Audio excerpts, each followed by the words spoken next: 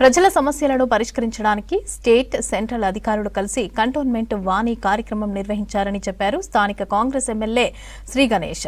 రసూల్పురాలో ఏర్పాటు చేసిన కంటోన్మెంట్ వాణి కార్యక్రమంలో పబ్లిక్ నుంచి వచ్చిన ఫిర్యాదులను, వినతి పత్రాలను స్వీకరించామన్నారు. త్వరలోనే అన్ని సమస్యలను పరిష్కరిస్తామని కంటోన్మెంట్ ఎమ్మెల్యే శ్రీ గణేష్ హామీ ఇచ్చారు.